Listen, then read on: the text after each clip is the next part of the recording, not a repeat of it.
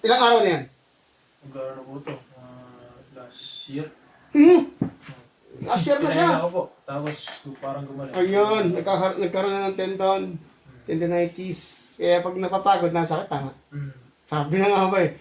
Tendonitis na siya. Ano, iayos na natin. Pag napapagod, may iipit yan na litid na hindi siya gumagaling. Pag napapagod, namamaga siya.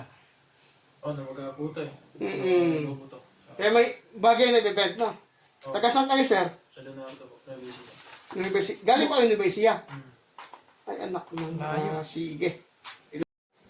Sir, inhale. Exhale. Subukan mo tuhod mo. Kung may lakas na. Ano? Kumpara dati, kanina? Para po kanina. Okay. Ilang taon na, sir, yan? Isang taon na higit? Napano nga yan, sir? Injured po sa... Injured. Ngayon. May pain? Ngayon po wala. Wala na. Sige.